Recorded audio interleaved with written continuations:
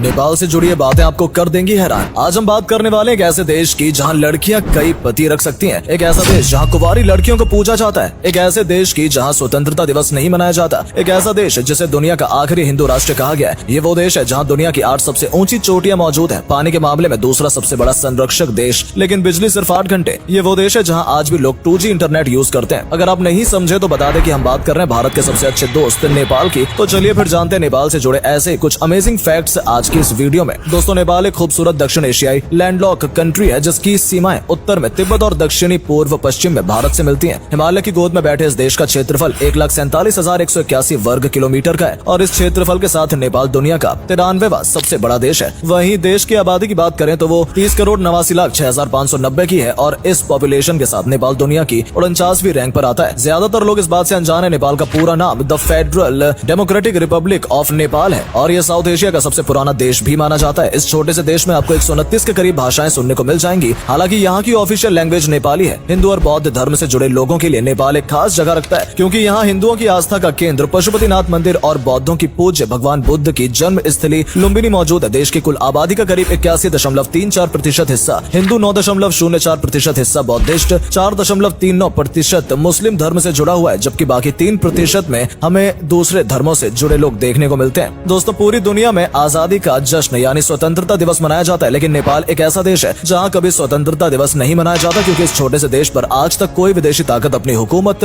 जमा ही नहीं कर पाई है। हाँ, यहाँ कई राजा महाराजाओं का शासन रहा है, लेकिन ब्रिटिशर्स, डच और दूसरे विदेशी ताकतें यहाँ अपने पैर नहीं जमा पाई। दिलचस्प है लेकिन सच है कि अगर आज आप नेपाल के नक्शे को 90 डिग्री पर घुमाएंगे तो ये बिल्कुल पुर्तगाल जैसे शहर नजर आएगा। ये एक ऐसा देश है जहाँ महिलाओं को अपनी मर्जी से शादी करने की आजादी भले ही नहीं है, लेकिन एक से ज्यादा शादियां करने की इजाजत जरूर है। जी हाँ, यहाँ लव मैरिज बहुत कम होती है, लेकिन एक लड़की एक से ज्यादा पति रख सकती है। साथ ही यहाँ कुंवारी लड़कियों को देवी की तरह भी पूजा जाता है और यहाँ एक कुमारी मंदिर भी है। यूँ तो दुनिया में सभी देशों के फ्लैग्स रेक्टेंगुलर शेप के हैं, लेकिन नेपाल एकमात्र ऐसा देश है जिसका फ्लैग 2 ट्रायंगल से मिलकर बना हुआ है। इस झंडे में दिख रहे ये त्रिकोण यहाँ बसे माउंट एवरेस्ट और इन पर छपे ये चांद और तारे यहाँ के विभिन्न धर्मों के लोगों की एकता के प्रतीक है। दोस्तों, नेपाल आखिरी हिंदू राष्ट्र है। दरअसल काफी साल पहले तक ये एक हिंदू राष्ट्र हुआ करता था। हालांकि एक हिंदू राष्ट्र के तौर पर इस देश को कभी मान्यता नहीं मिली। वहीं साल 2007 में नेपाल के संविधान में कुछ संशोधन किया गया और ये एक धर्मनिरपेक्ष राष्ट्र बन गया। क्या आपको यकीन होगा कि नेपाल में इस समय 2023 नहीं बल्कि 2079 चल रहा है? जी हाँ, आपने बिल्कुल सही सुना, लेकिन टाइम में इतना हेरफेर कैसे, चलिए बताते हैं। लेकिन ये खुफिया जानकारी हासिल करने से पहले वीडियो को लाइक करके शेयर तो कर दीजिए। दरअसल दोस्तों, नेपाल का कैलेंडर शक संवत या ग्रेगोरियन टाइम को फॉलो नहीं करता है, बल्कि यहाँ का कैलेंडर विक्रम संवत को फॉलो करता है और ये नेपाल का खुद का कैलेंडर है जो सूरज और चांद के मूवमेंट पर आधारित है। वैसे जब भी कोई कहीं जाता है, फिर चाहे वो मीटिंग अटेंड करनी हो या दोस्तों से मिलना हो, हर कोई सबसे पहले हाथ मिलाता है, फिर मीटिंग आगे बढ़ती है। लेकिन दोस्तों, नेपाल में हाथ मिलाने का कल्चर नहीं है। जी हाँ, यहाँ हाथ मिलाना अच्छा नहीं समझा जाता, या यूं कह लीजिए कि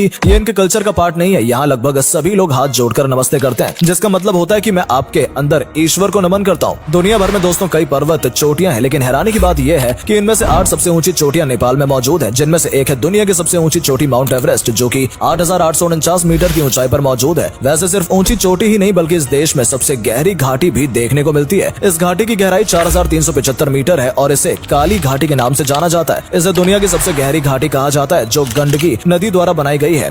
अगर आप भी बाएं हाथ से खाना खाते हैं तो नेपाल जाने से पहले अपनी आदत आपको बदल लेनी चाहिए, क्योंकि यहाँ इसे अच्छा नहीं माना जाता है। आपको जानकर हैरानी होगी, लेकिन नेपाल की कैपिटल सिटी काठमांडू कभी एक झील हुआ करती थी। और ऐसा हम नहीं बल्कि जियोलॉजिस्ट का कहना है, जिनके हिसाब से काठमांडू पहले एक झील थी, लेकिन प्रकृति के बदलाव के चलते ये आज एक लैंडलॉक जगह है। काठमांडू की बात हो रही है तो बता दें कि इस शहर में कुल 7 वर्ल्ड हेरिटेज साइट्स मौजूद है। 900 मीटर की ऊंचाई पर मौजूद इस जगह पर आप पोखरे की झीलों का दीदार कर सकते हैं, जहां खूबसूरती के साथ साथ शांति भी मिलेगी। हॉकी से लेकर क्रिकेट और बास्केटबॉल जैसे खेलों को आपने कई देशों के नेशनल गेम के रूप में देखा होगा, लेकिन क्या कभी गिल्ली डंडे को किसी देश का राष्ट्रीय खेल बने देखा है? अगर नहीं तो नेपाल ही वो देश है। ध्यान से देख लीजिए। जी हाँ दोस्तों, लंबे समय तक नेपाल का राष्ट्रीय खेल गिल्ली डंडा हुआ करता था, लेकिन फिर जून 2017 में इस देश ने गिल्ली डंडे की जगह वॉलीबॉल को अपना राष्ट्रीय खेल घोषित कर दिया। इसके अलावा हाथी पोलो खेल की शुरुआत करने वाला देश नेपाल ही है और यहाँ फुटबॉल, कबड्डी और क्रिकेट जैसे खेल भी खेले जाते हैं। वैसे तो इंटरनेट के मामले में आज दुनिया 5G तक पहुंच चुकी है। इंडिया में भी 5G ने कदम रख दिए हैं, लेकिन नेपाल एक ऐसा देश है जो आज भी 2G इंटरनेट से काम चला रहा है। यहाँ की एवरेज इंटरनेट स्पीड 256 kbps की है। यही वजह है कि नेपाल को इंटरनेट के मामले में एक पिछड़ा देश माना गया है। नेपाल में एक नया साल 1 जनवरी को नहीं बल्कि मिड अप्रैल में मनाया जाता है। रीजन विक्रम संवत जो हमने आपको ऊपर बताया है। नेपाल का नेशनल फूड दोस्तों दाल भात भात और तरकारी यानी सब्जी है। और आपको सुनकर हैरानी होगी लेकिन नेपाल में रोजाना सुबह शाम लोग इसी खाने को खाते हैं। आपको हर शाम और हर सुबह लोगों के किचन में दाल भात और तरकारी देखने को मिल जाएगी। दरअसल लोगों का मानना है कि यह खाना उनके लिए पौष्टिक है, इसलिए वो रोजाना सेम खाना खाते हैं। बोरिंग है पर क्या कर सकते हैं, लेकिन आप मत घबराइए क्योंकि टूरिस्ट के लिए यहाँ पर नॉन वेज वेज में कई तरह के बेहतरीन डिशेज मौजूद हैं। नेपाल में दोस्तों सिर को पवित्र माना जाता है, इसलिए किसी के सिर से हाथ लगाने पर यहाँ के लोग आपसे नाराज हो सकते हैं और किसी सामान को पैर से धक्का लगाने या पैर से छूने पर भी लोग आपसे नाराज हो सकते हैं क्योंकि ये इनके हिसाब से गलत है।